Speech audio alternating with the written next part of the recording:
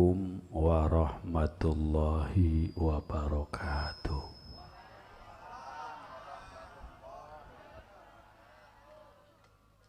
Alhamdulillah wassalatu wassalamu ala rasulillah wa ala alihi wa sahbihi wa mawalah, amma ba'du.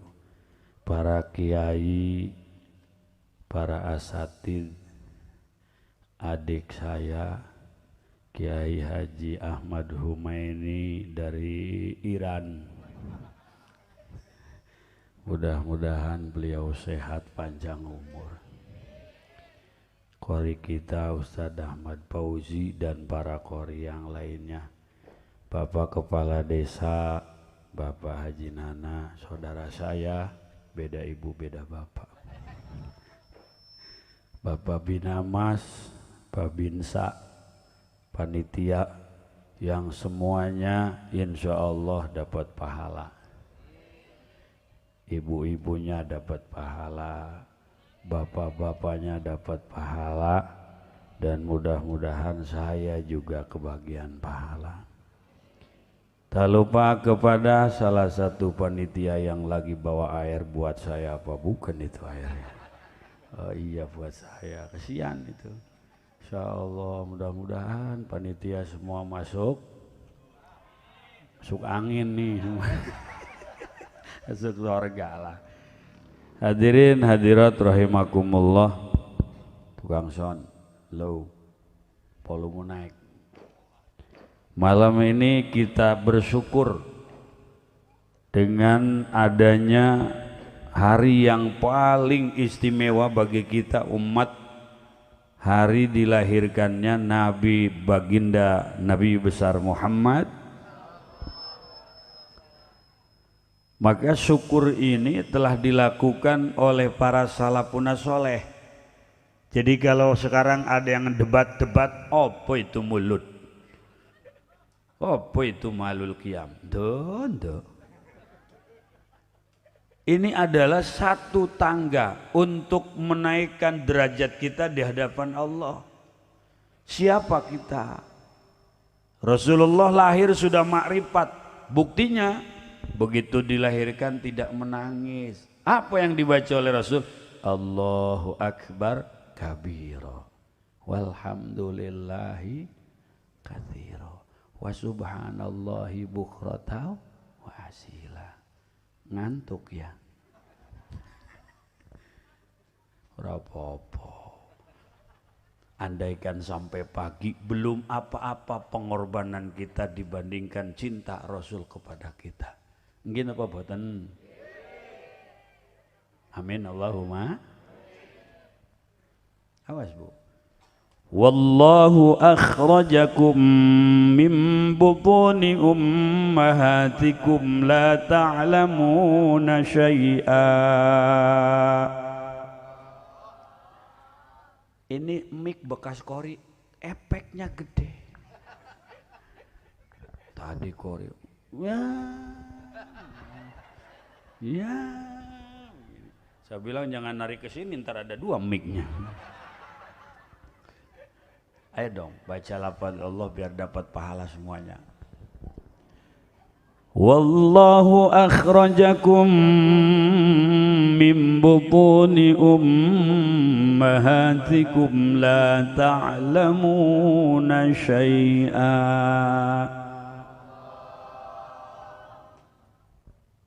Wallahu akhrajakum, ini bukan kharaja, akhraja, Allah yang mengeluarkan kamu sekalian. Kalau tanpa dikeluarkan oleh Allah nggak bisa keluar. Lah gimana keluar? Kepala sama jalannya gedean kepala. Maka ibu-ibu nih luar biasa, calon penghuni sorga. Pede habis aminnya.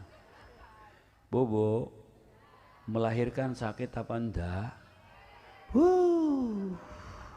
Sakit iya, hamil tiap tahun. Ya gimana enggak sakit? Masuknya 3 on, keluar 3 kilo. Keluarnya ada kupingnya, ada hidungnya, ada dagunya, ada tangannya, ada kakinya. Bisa nyangkut. Kalau ke dalamnya masuknya mulus, nggak ada kuping, nggak ada hidung, ada kepala juga lencos ya. Masya Allah, Allah yang mengeluarkan. Bu, woi, ini baru pertama kali saya ceramah hadirin. Tiang handphone nama jamaah depanan tiang handphone. Inilah kepentingan YouTuber saudara-saudara. Jaga kesehatan YouTuber, jangan sampai YouTuber nantinya. Ya Allah.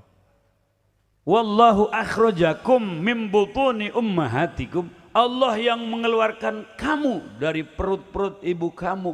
La ta'lamuna syai'a. Kita ora-ora apa-apa. Maka bayi yang lahir nangis. Rasul enggak nangis.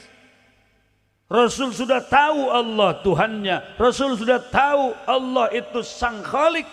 Maka Rasul baca tasbih, baca tahmid, baca tahlil, baca takbir. Lah kita mah bayi siapa saja lahir pasti nangis. Lantaran la ta'lamuna syai'a, belum tahu apa-apa. Itu bayi sekalipun bayi anak penyanyi, pedangdut, pop, tetap dia nangisnya sama. Sekalipun bayi Roma Irama, nggak pernah kita ngedengar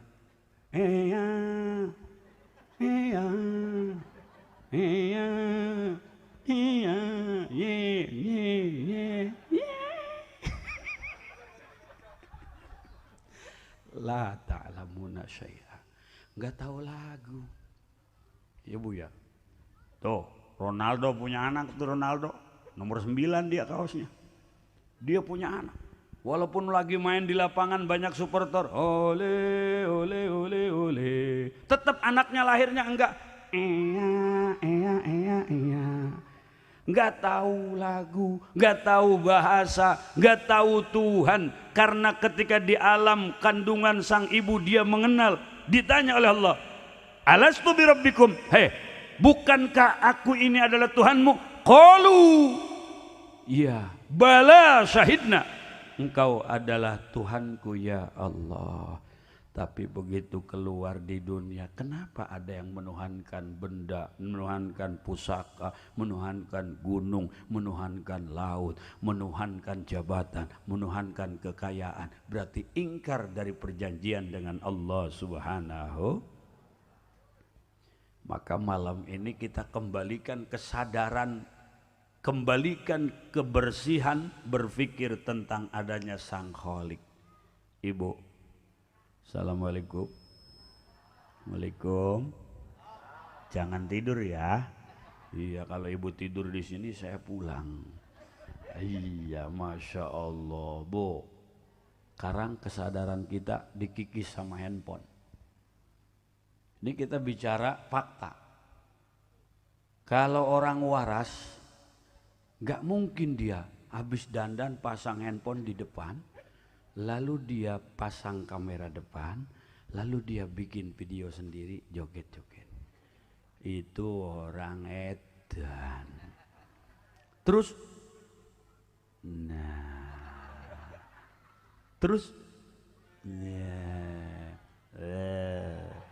itu sendiri dia. Dandan sendiri, gaya sendiri, lunggak-lenggok sendiri, ketawa sendiri. Sing weru to kabeh padha weru bahwa yang ketawa sendiri itu orang edan. Berarti malam ini saya ceramah di hadapan orang yang ceramahnya juga ya wis ora apa-apa. Kita podo edan kabeh. Hadirin hadirat muslimin muslimat yang pada edan rahimakumullah. Ibu edan apa enggak, Bu? Kalau enggak, tolong kembalikan kewarasan dan kesadaran kita. Handphone 5 juta berani beli, tapi ke musola belum pernah 5 juta jariah. Tadi tuh ada ya Robi Bil buat masjid kesepuan, yang di kantongnya ada duit 100 ribu, 50 ribu, 20 ribu, 10 ribu, 5 ribu, 2 ribu. Mesti yang keluar yang edan. Kalau orang waras 100 ribu.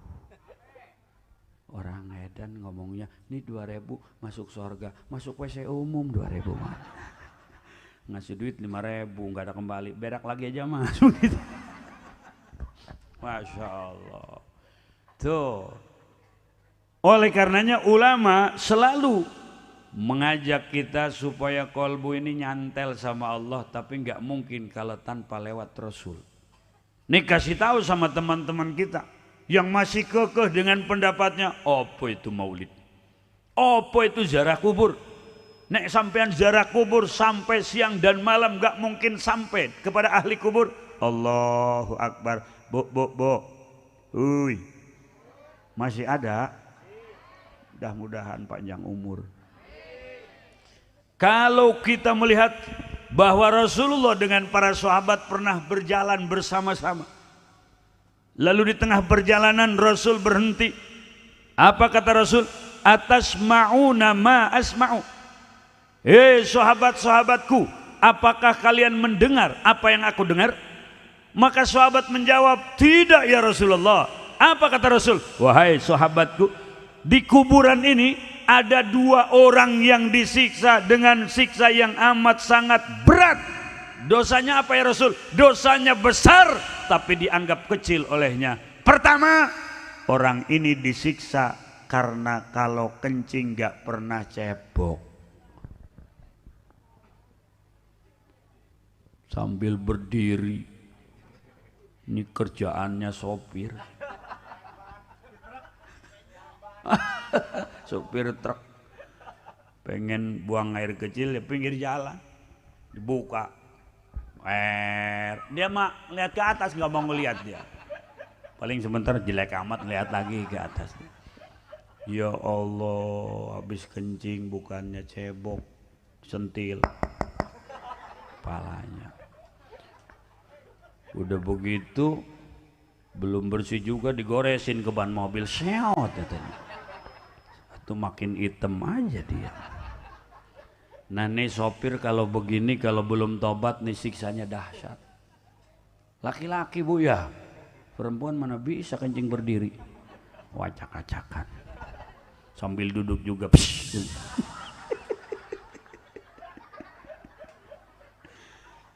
Ya Allah. Yang kedua, ini orang disiksa kenapa? Karena dia sering menyakiti orang dengan lisannya. Namimah, adu domba. Ini sekarang adu domba di medsos. Allahu Akbar. Kita jangan kepancing nih teman-teman, saudara-saudara. Kita semua dididik oleh ulama untuk cinta zuriat Nabi. Bu, ada orang yang mengatakan hasil tesis saya ini terputuslah zuriat Nabi dari Ubaidillah. Orang tua kita, kiai kita ya dari dulu lebih alim, lebih soleh, lebih dekat ke Allah. Gak pernah ngomong itu. Sekarang kalau memang dia punya tesis, itu harus disidangkan. Harus disidangkan, dibantah. Lalu orang yang membantahnya punya dalil. Lah sekarang bagaimana katanya? Orang dari Robitoh Alawiyah gak datang. Terlalu kerdil bagi ketua Robitoh Alawiyah untuk membantah tesis yang murahan. 1000 kali mereka benci habaib, kita punya 1.000.000 kecintaan untuk habaib. Betul? Jangan ke bawah mas. Tadi kata Kiai Haji Umen, ini Allah dengan Rasulullah menjadikan gunung-gunung emas-emas. Sekarang emas-emas ada di sini. Jangan ke bawah-bawah. Akhirnya memecah belah umat. Di tubuh kita NU terpecah. Masa orang yang mau memperjuangkan kebenaran penampilannya jauh dari kebenaran? Ada lagi tuh, siapa tuh yang pakai anting, kepalanya botak. Ntar gua kirim amplas ke rumahnya ntar. Apa dia kata? Oh sekarang anting itu bukan untuk perempuan saja. Di Jogja ini anting jadi tren. Innallahal jamal yuhibbul jamil. Innallahal jamal yuhibbul jamil. Allah itu indah, suka keindahan. Keindahan yang mana? Laki-laki haram pakai anting botak. Apakah itu yang dijadikan panutan? Inna lillahi wa inna ilaihi. Maka orang itu ada yang mereka ilmiah karena mereka sekolah ilmiah. Kalau yang bikin tesis ini seolah ilmiah. Bu,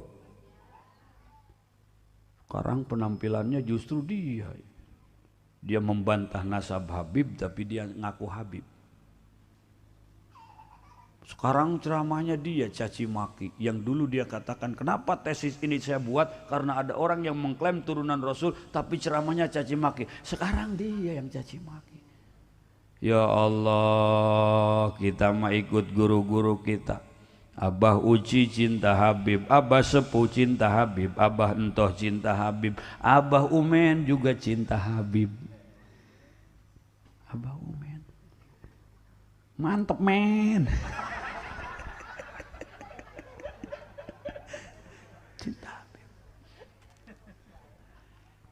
Dan mencintai habaib ini adalah syariat. Kalau Habibnya pakai gamis, janggotnya indah, wajahnya tampan, lisannya paseh, adabnya sopan, aromanya wangi, dermawan, gak diajak juga cinta hati kita kepada Habib yang seperti itu. Nah, kita diuji dengan sosok Habib yang tampangnya kayaknya gak mencerminkan, omongannya. Di situ Allah uji apakah tetap kita cinta atau tidak.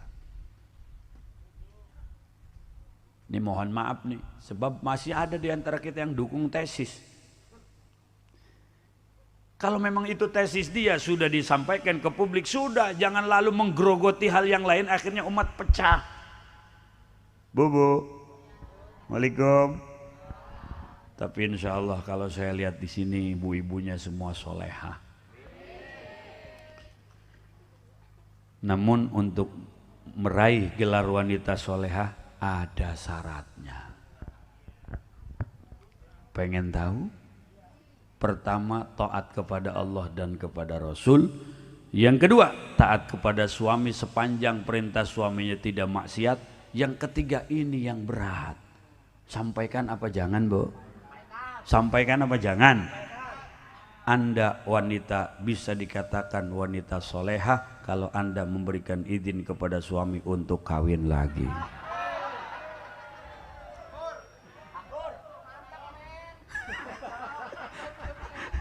Mau ngasih izin gak, Bu? Ngasih izin gak? Nggak ngasih izin gak? Enggak ya? Bagaimana kalau kata suaminya, nih sayang, uang 5 juta tiap minggu, sebulan 20 juta, ini untuk kamu sayang, tapi aku izinkan menikah lagi. Mau diizinkan apa enggak? Duitnya diambil apa enggak?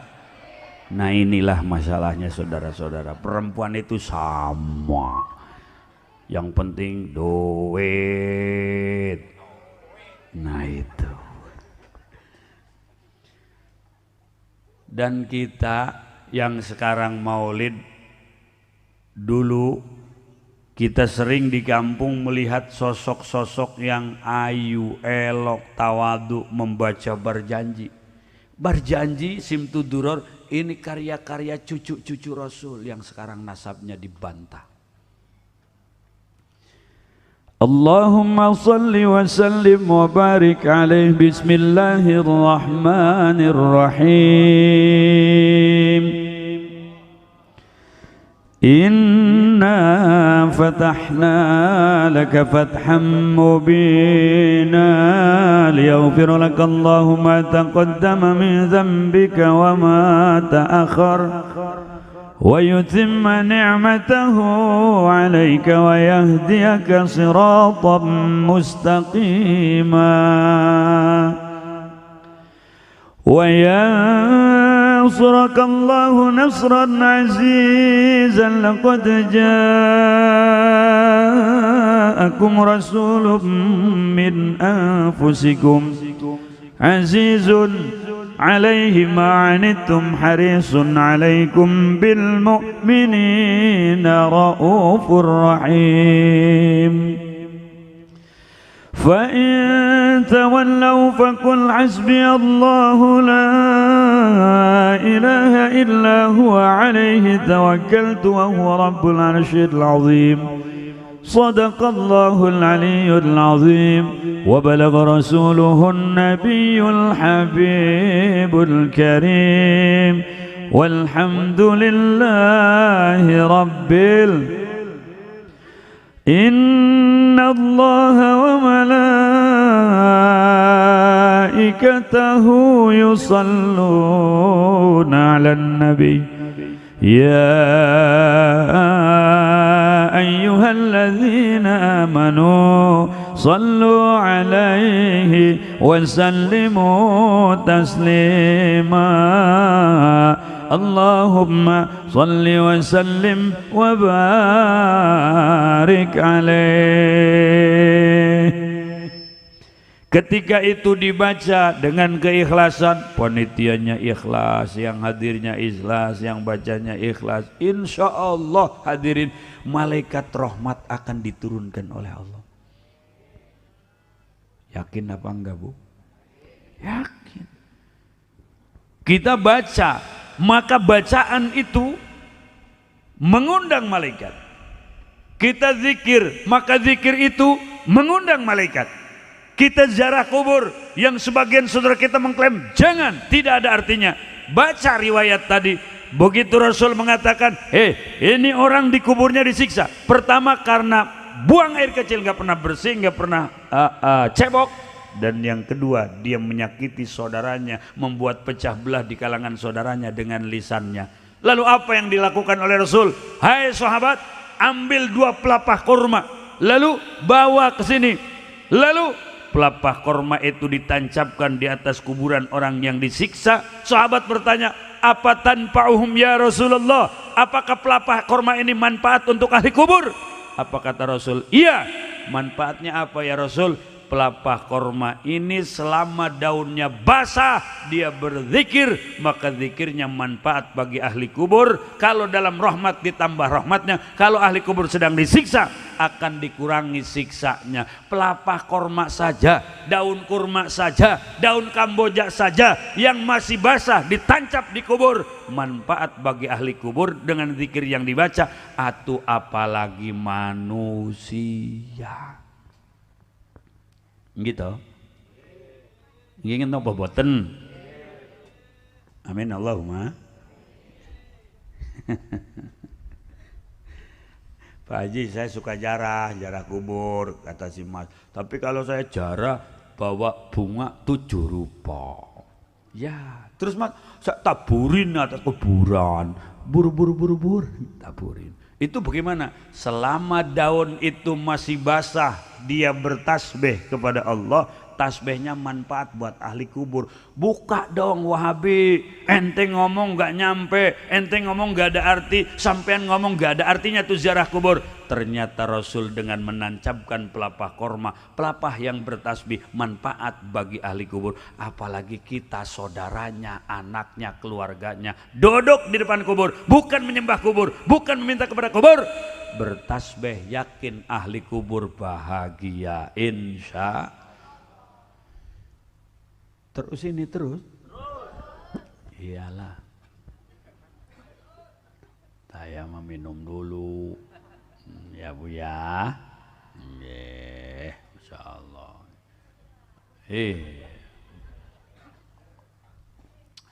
Ini jamaah sama karpet, banyakan karpet hadirin.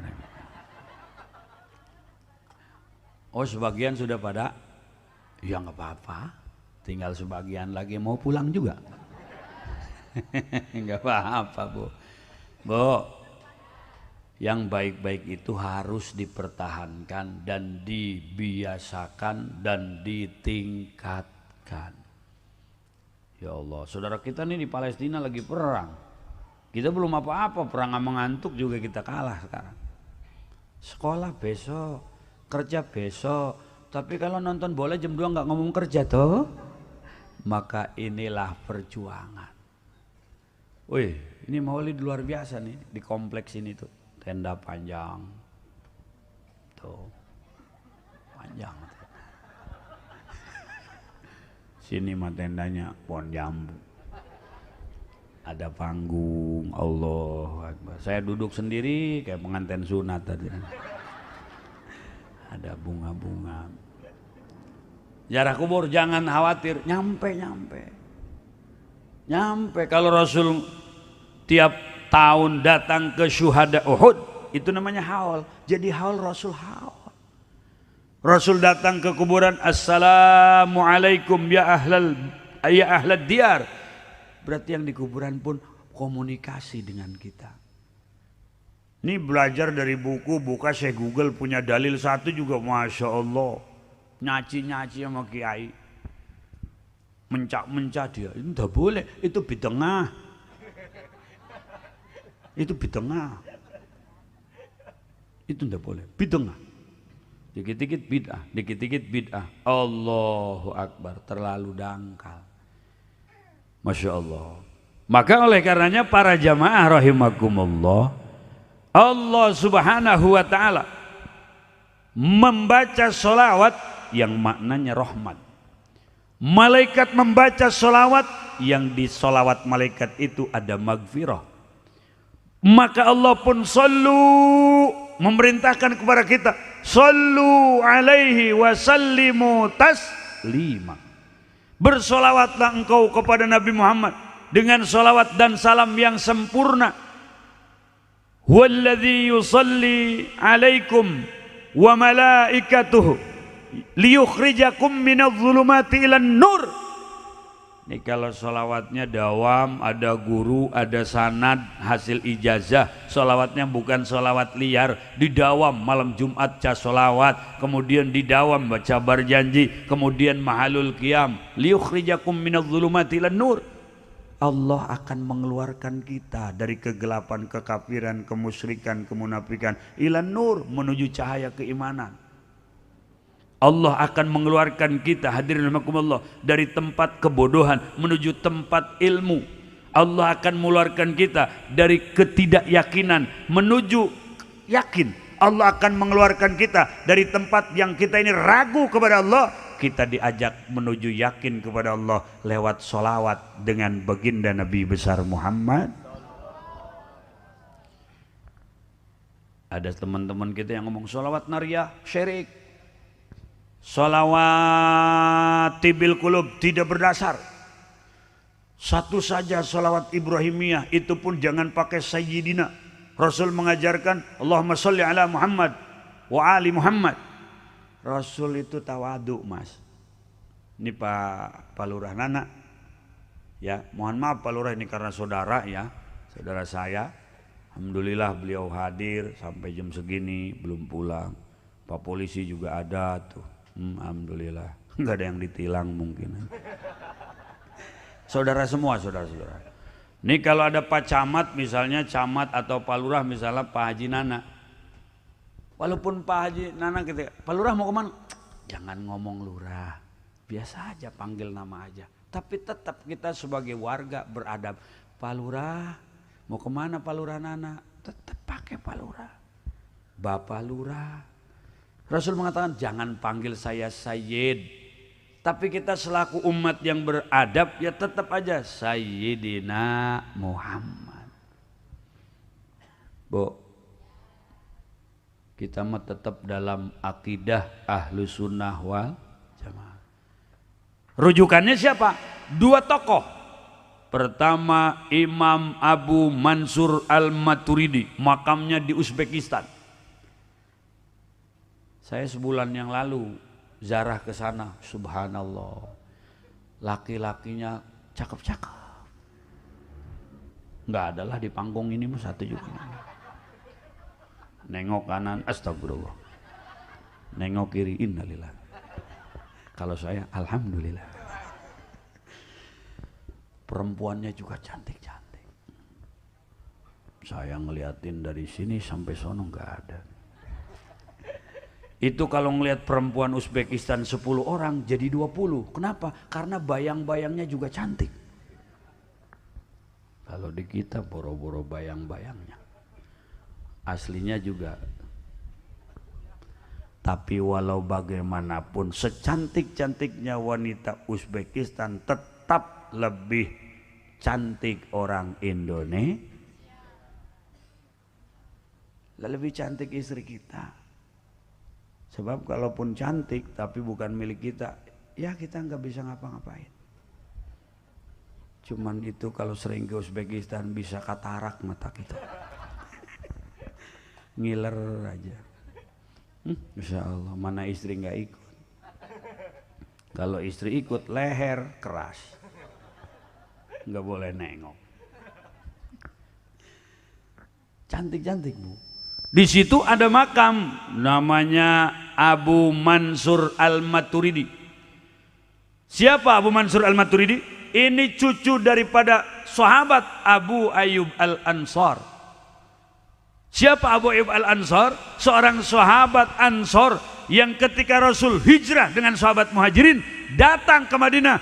Tala'al badru min thaniyatil wajaba syukru mada'a lillahi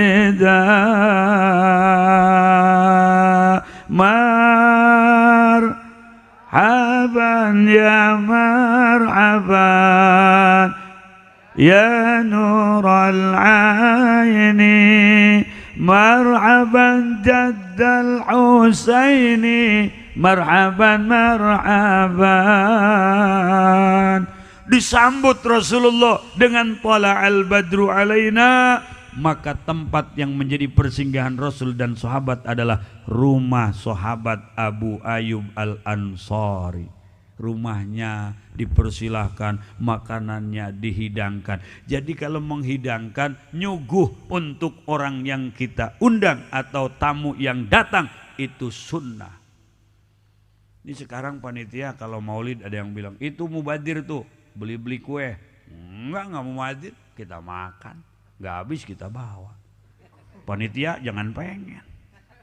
Iya. Panitia capek, pahala, alhamdulillah. Nah, sahabat Abu Ayyub Al-Ansar ini kemudian hadirin rahimakumullah wafat di Turki. Wafat di Turki, makamnya di Turki. Nah, dari sahabat Abu Ayyub Al-Ansar turun temurun lahirlah Imam Abu Mansur Al-Maturidi. Sering disondingkan dengan seorang ulama Abu Hasan Al-Asy'ari. Di mana? Di Irak. Siapa dia? Abu Hasan Al-Asy'ari adalah cucu daripada sahabat Rasul. Siapa? Abi Musa Al-Asy'ari. Ketika Abi Musa Al-Asy'ari membaca ayat fasawfa ya'tillahu biqaumin yuhibbunahum wa yuhibbuna, Allah akan mendatangkan suatu kaum yang kaum itu dicintai Allah dan kaum itu mencintai Allah. Apa kata Rasul? Sambil menepuk punggung Abi Musa Al-Asy'ari, hum qaumu hadza, kaum itu adalah kaum orang ini, turunan ini. Abi Musa Al-Asy'ari punya anak, punya cucu, terus lahirlah Abu Hasan Al-Asy'ari, dua tokoh yang jadi rujukan dalam berakidah Ahlus Sunnah wal Jamaah. Sebelumnya Abu Hasan Al-Asy'ari pengikut Mu'tazilah. Mu'tazilah orang yang mendewakan akal. Beragama ukurannya akal. Kalau masuk akal oke, tidak masuk akal jangan. Maulid apa itu? Tidak masuk akal. Ziarah kubur jangan. Apa itu? Tidak masuk akal. Mu'tazilah. Wahabi baru itu Mu'tazilah lama hadirin. Ya Allah, saya kalau ceramah tengah malam begini suka lapar saudara-saudara. Iya. Dan saya seumur ceramah baru ada tatakannya nampan hadirin. Nampannya numpuk dua lagi nih ada nampan. Ada air nggak ada tisu. Mentang-mentang akeh wong Jawa tisu mereknya Paseo. Kalau di sini Pasea ini. Mas, kipasnya dimatiin saja. Iya, iya. Aduh. Iya. Masuk angin. Ini saya nanya nih terus. Ya biarin nih. Jadi dua tokoh ini Bu nih. Nah dia dulu punya guru nih, Abu Hasan Al-Asy'ari ini punya guru. Siapa gurunya? Imam Jabai atau disebut Syekh Jubai. Siapa dia? Gurunya berikut orang tua tirinya, ayah tiri. Jadi emaknya janda. Dinikah sama kiai ini. Syekh Al-Jubai. Itu tokoh Mu'tazilah, penganut Wasil bin Atha. Dulu Abu Hasan Al-Asy'ari ini muridnya. Akhirnya keluar dari akidah Mu'tazilah menjadi Ahlu Sunnah wal Jamaah. Ini mohon maaf ibu-ibu, banyak saudara kita yang baru kenal Islam dengan label hijrah sudah mencak-mencak sama kiai. Apa itu? Pelaku bid'ah. Allahu Akbar. Ada tuh di YouTube tuh yang bewokan tuh. Sorban ini bid'ah, itu serbet. Enak aja bro. Serbet dia bilang. Maka kudu ngaji. Bo, ngaji ya. Apalagi Anda perempuan yang tiap bulan datang tamu bulanan. Apa namanya? Haid atau men. Ya. Kalau sedikitnya men sehari semalam. Kalau galibnya 1 minggu. Paling banyak 15 hari 15 malam. Itu paling banyak. Kalau lebih itu bukan men, bukan haid, namanya darah istihadoh, bukan istiqomah, saya juga tahu. Istihadoh. Kalau yang keluar darah istihadoh, Ramadan dia puasa. Ada adzan dia sholat. Sholat, iya sholat. Cuman kalau yang istihadoh itu kategori daimil hadat. Jangan wudhu dulu kalau belum masuk waktu. Allahu Akbar, Allahu Akbar. Jangan pakai eho.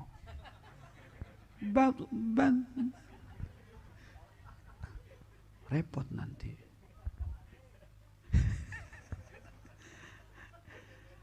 Gak apa-apa sih. Allahu Akbar, Allahu Akbar. Nah, zuhur ya? Iya.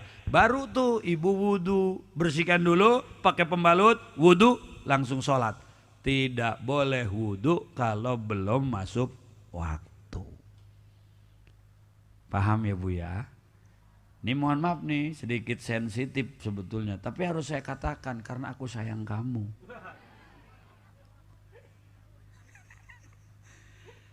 Banyak perempuan yang gak paham.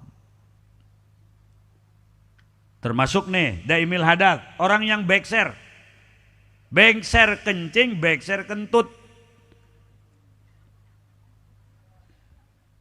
Itu yang ketawa kayaknya itu. Jadi ada orang bekser kencing, kencingnya nggak banyak, sedikit-sedikit. Duduk ceret, bangun ceret, jalan ceret, lari ceret.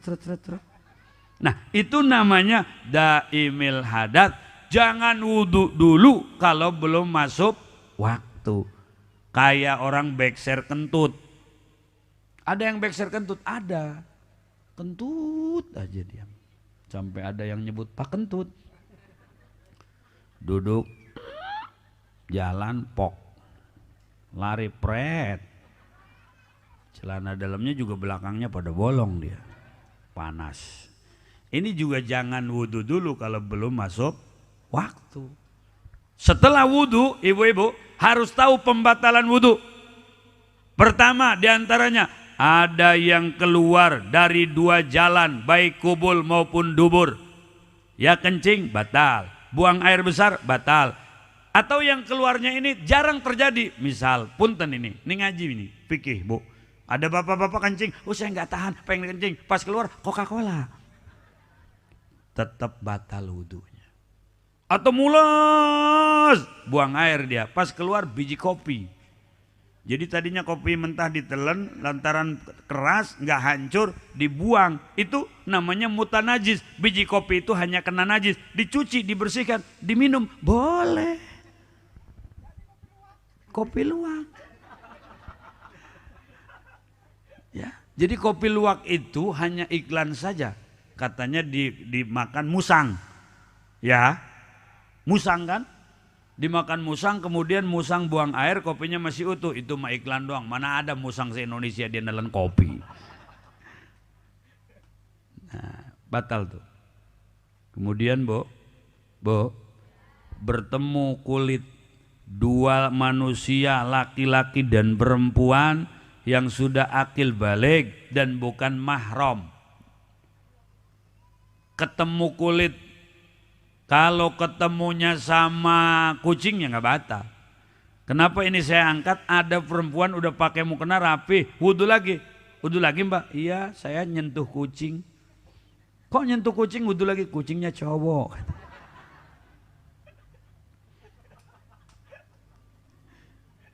Waduh, ya ada aja yang begitu. Ada lagi perempuan yang dia setelah wudhu ada mertuanya, assalamualaikum, waalaikumsalam. Pak teh, ya salaman. Oh maaf saya punya wudhu. Mertua itu nggak batal wudhu. Mertua nggak batal wudhu. Karena dia mahram. Yang namanya mahram itu setiap yang diharamkan kita nikah itu namanya mahram. Mahram itu ada 3, ada bin nasab karena turunan, ayah, bunda, anak-anaknya mahram, anak-anaknya ke ayah dan bundanya mahram, haram dinikah. Kemudian ada mahram birrodha, sebab nyusu. Ada ibu-ibu melahirkan, lalu dia kanker payudara, anaknya tidak bisa dikasih ASI, anaknya ikut netek ke ibu Hindun misal. Maka anak itu ke ibu Hindun namanya ibu susu, haram dia menikah jadi mahram karena dia ikut nyusu. Ada ibu-ibu yang nanya, kalau suami saya lain itu ceritanya. Mas ketawanya kenceng amat mas. Nah ibu itu punya anak misalnya Zainab. Nah yang ikut netes sama ibu Hindun itu sama anak ibu Hindun yang Zainab, dia nggak boleh nikah karena mahram susu. Nggak boleh. Dan dia nggak batal wudhu. Ada lagi mahram bil musaharah karena mertua. Mantu sama mertua nggak batal wudhu. Itu semua mahram ala takbid. Selamanya mahram. Ada mahram ghair takbid. Bagaimana mahram ghair takbid? Bapak misalnya nih, bapak ya, Pak, siapa namanya Pak? Pak Beni. Hah? Oh Bapak Dr. Andes Beni. Ya, Pak Beni ya, kalau dulu Dr. Andes ya, sekarang mah SPD. SPD ya, berarti gelar tahun berapa itu? Beni. Hah bukan? Oh iya Pak Beni. Iya. Saya dulu waktu kecil masih ingat lagu Pak Beni itu, Bento itu ya. Namaku Bento. Oh ini ternyata ya. Masya Allah. Kalau itu Beni Soeharto, kalau ini Beni Kalibau saudara-saudara. Ketua panitia Masya Allah. Mohon maaf ya, saya karena nggak ngerasa yang lain jadi saudara. Jadi nggak ada batas. Ya walaupun nggak ada batas pulang melayan nanti kan gitu. Ya pulang lain saya kerimpakan gitu ya. Masya Allah, tadi ngomong di mana saya? Nih, misalnya Pak Beni menikah lagi, misal. Ibu ada Pak? Mana ibu mana? Oh ya mohon maaf, di atas ya Bu ya. Ya Allah, mohon maaf Bu ini contoh aja. Tapi walaupun iya nggak masalah kan. Misal nih, aduh jangan Pak Beni ntar pulang repot. Aduh. Lanjut nggak apa-apa. Misalnya Bu ya, Pak Beni nikah lagi.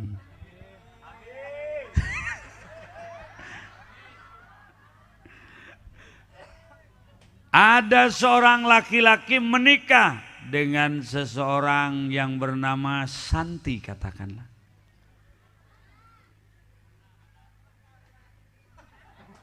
Anak Pak Beni. Oh anak Bu Santi ono toh? Nggih, boten apa-apa toh? Nggih, Bu Santi. Nah, Bu Santi ini punya adik namanya Neti. Ada lagi. Maka yang menikah dengan Ibu Santi ini mahram kepada Ibu Neti. Mahramnya tidak boleh dia menikah dengan adik iparnya itu karena tidak diperbolehkan menikah dikumpulkan adik dan kakak. Tapi ini ghair takbid. Artinya kalau sama kakaknya sudah enggak masih rumah tangganya boleh nikah sama adiknya. Maka sama adik ipar mah batal wudu. Kalau kita menikah, kakaknya ditikah, adiknya ditikah, tidak boleh haram. Maka kalau kita menikah dengan adiknya, misalnya Neti, maka kita sama Santi itu mahram. Tapi guer takbid, bukan selamanya. Tetap batal wudu sama dia. Karena kalau sudah cerai misalnya, boleh nikah sama kakaknya. Atau suka disebut di kita, seseorang laki-laki menikah dengan perempuan, lalu perempuan itu meninggal, lalu laki-laki itu menikah dengan adiknya, namanya turun ranjang. Kalau orang menikah dengan perempuan, lalu perempuan yang dinikahnya itu meninggal, lalu ada kakaknya kawin dengan kakaknya, namanya naik ranjang. Kalau orang menikah kemudian dia cerai hidup-hidup, menikah dengan seorang perempuan, cerai dengan perempuan itu, nikah lagi sama adiknya, itu namanya ranjang rusak, saudara-saudara. Maka kalau ibu bapak nggak ngaji, nggak tahu, repot. Bu, Minggu suka ngaji nggak Bu? Bawa kolong Ambon ya. Tapi yang saya lihat nih, walaupun saya nggak familiar banget, ini wajah-wajah hari Minggu suka ada. Bukan, tukang baju gitu di Cilegon. Haji, nggak ngaji repot. Anak kita tuh suruh ngaji tuh, ya suruh pada mondok. Berpikir secara cerdas, cermat, akhirat, jangan melulu dunia. Apakah kita tidak menyaksikan orang-orang yang dulu jadi raja mati? Presiden Soekarno mati, Presiden Soeharto mati, semua raja-raja, Fir'aun mati, Qarun mati. Jangankan mereka yang jelas-jelas kafir, Fir'aun, Qarun, para nabi, para rasul Allah kekasih meninggal dunia, menandakan dunia ini akan kiamat. Kalau dunia tidak akan kiamat, tentu Rasulullah tidak akan mati, meninggal. Maka tandanya bahwa Rasul dipanggil oleh Allah, menghadap kepada Allah, Rasul dipanggil oleh Sang Holik, itu jadi dalil bahwa dunia ini akan selesai. Kiamat ada dua, ada kiamat sugro, ada kiamat kubro. Kiamat sugro mana? Orang tua kita yang sudah meninggal mendahului kita, itu namanya kiamat sugro. Nanti ada kiamat kubro, kiamat besar.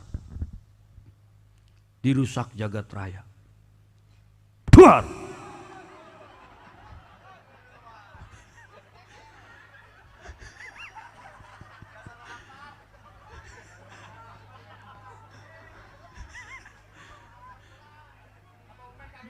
Masya Allah.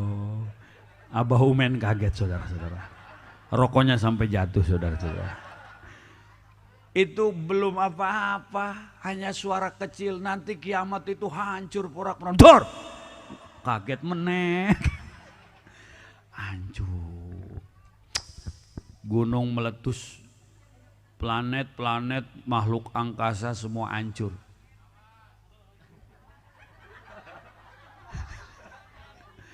Udah enggak, kiamatnya udah. Ya Allah, hancur. Nanti kita di padang mahsyar digiring nanti. Kalau udah kiamat kubro tuh, itu yang di kuburan-kuburan bangun. Yang udah tinggal tulang belulang atau yang tinggal tulang berutuk nih. Ya, jadi kan kalau hancur itu semua kiamat hancur, kecuali 8 perkara yang gak hancur, diizinkan oleh Allah. Pertama aras, kedua kursi, 3 kolam, 4 lauhil mahfud, 5 sorga, 6 neraka, 7 ruh. Yang ke-8 nih, kita punya tulang punggung, kita urut sampai ke bawah. Di sini ada nih yang agak maju ngejenul, ini tidak hancur. Ini namanya ekor, kalau bahasa Inggrisnya tunggir. Ini kalau bahasa Arabnya, bahasa Arab kita namanya luhur ba'al ya.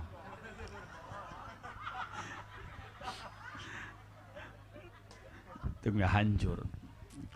Oh ayah baiknya. Jadi bisa Sunda orangnya. Emang orang dia gitu. Ai Suganta orang mana baik. Ajur kabeh. Ibu-ibu, pipi dimedok-medoki, bibir dimerah-merahi, hancur. Innalillahi wa inna ilaihi raji'un. Maka carilah sesuatu yang tidak hancur, yaitu amal.